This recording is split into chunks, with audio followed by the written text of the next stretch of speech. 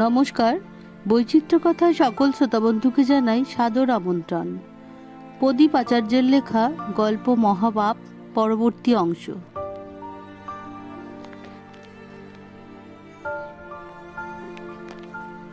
ডাকু আর ডাকুর বউ সে নিয়ে ঠাড়ো ঠাড়ো গাওনা গাইতে এসে বুঝে গেছে সুবিধে হবে না। সেই থেকে বিজন ছেলে বউয়ের বিষ নজরে। এই বাড়িতে একা একা একটা ফালতু লোক হয়ে কোনো মতে টিকেছিল বিজন। পাশের বাড়ির বিশুটা অটো চালায়, রাতে বেহেড হয়ে ফেরে, জবাকে মারধর করে। নিরুপমা বেঁচে থাকতে ছুটে গিয়ে বউটাকে বুক দিয়ে আগলাতেন। নিরুপমার কাছে ছুটে ছুটে আসতো জবা। নিরুপমা ওকে মেয়ের মতো বুকে টেনে নিয়েছিল।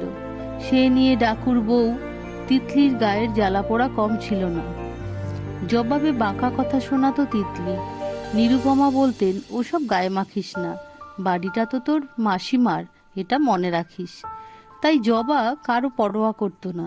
নিরুপমা চলে যাবার পরেও জবার আশা বন্ধ হয়নি, বরং আসা যাওয়া আগের চেয়ে বেড়েছে। বিজনের ঘর গুছিয়ে দেয় জবা, চা করে দেয়। বিজন বলে, তুই রোজ রোজ মুখ বুজে মার খাস কেন? জবা চুপ করে থাকে, দুহাতে মুখ ঢেকে কাঁদে। কামিজের দোপাট্টা চোখ মুছে পাথর প্রতিমার মতো বসে থাকে। আজও সন্ধ্যাবেলা চা করে দিতে এসে জবা ধরা পড়ে গেল বিজনের কাছে। বিজন বলল, মুখ লুকোচ্ছিস কেন? কই দেখি। ইস, এমন অমানুষিক মার মেরেছে, চোখের নিচে কালছিটে পড়ে গেছে।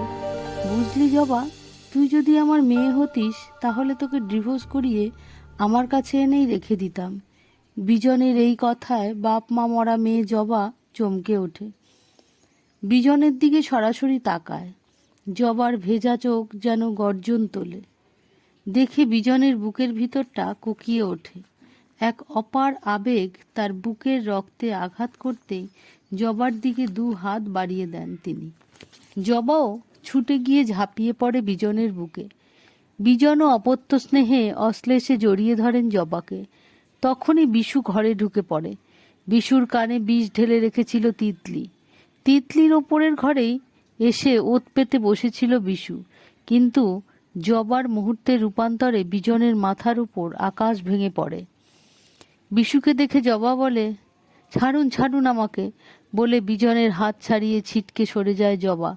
কথাটা সে এমনভাবে বলে যেন তার ইচ্ছার বিরুদ্ধে বিজন তাকে জোর করে জড়িয়ে ধরেছিলেন। সেখানেই শেষ হয় না। জবা নিজেকে নিরপরাধ সাব্যস্ত করতে গিয়ে ফুপিয়ে কেঁদে ওঠে। বিজনের দিকে তর্জনী তুলে বিশুকে বলে, দেখো না, উনি আমাকে। হনন করে হেঁটে যাচ্ছিলেন বিজন। ভোর হতেই হয়তো তার খোঁজে বাড়িতে পুলিশ যাবে। This is a case of molestation, police বলবে। আপনাকে একটু থানায় আসতে হবে, ইউ আর আন্ডার অ্যারেস্ট। পাড়া প্রতিবেশীর সামনে হেঁটে গিয়ে পুলিশের ভ্যানে উঠতে হবে। পাড়ার সব লোক ভিড় করে বিনে পয়সায় সিনেমা দেখতে আসবে। এই কলঙ্ক কোনোদিনও মুছে যাবে না। মানুষ এসব কেচ্ছা কেলেঙ্কারির কথা ভোলে না, স্মৃতির দেরাজে সযত্নে ভরে রেখে দেয়। অবকাশ যাপনের জন্য দেরাজ খুলে বের করে জমিয়ে জাকিয়ে বসবে। পুরনো টিকে আবার নতুন করে আগুন জ্বেলে দিয়ে হুকোমুখের গুলতানি চলবে। অন্ধকার রেল লাইনের পাথরের হোঁচট খেয়ে পড়ে গেলেন বিজন। তবু ভ্রুক্ষেপ নেই। ট্রেন আসার সময় হয়ে গেছে। দ্রুত পা চালিয়ে তিনি সুসাইড জোন পৌঁছে গেলেন। রেল লাইনের পাশে দাঁতন পাতার ঝোপের মধ্যে লুকিয়ে বসে রইলেন বিজন। রাজ্যের মশার পাল ছেকে ধরল তাকে। যে শরীর আর খানিক বাদে ছিন্ন ভিন্ন হয়ে যাবে, সেই শরীর মশার মিলিত দংশন এই মুহূর্তে তুচ্ছ মনে হলো তার। তার চোখ রেল লাইনের দিকে স্থির হয়ে আছে। এই স্পটে 50 বছর আগে বিজনের স্কুলের জলবিন্দু স্যারের কাটা লাশ পড়েছিল। তা দেখতে স্কুলের সবাই ছুটে চলে এসেছিল দল বেঁধে।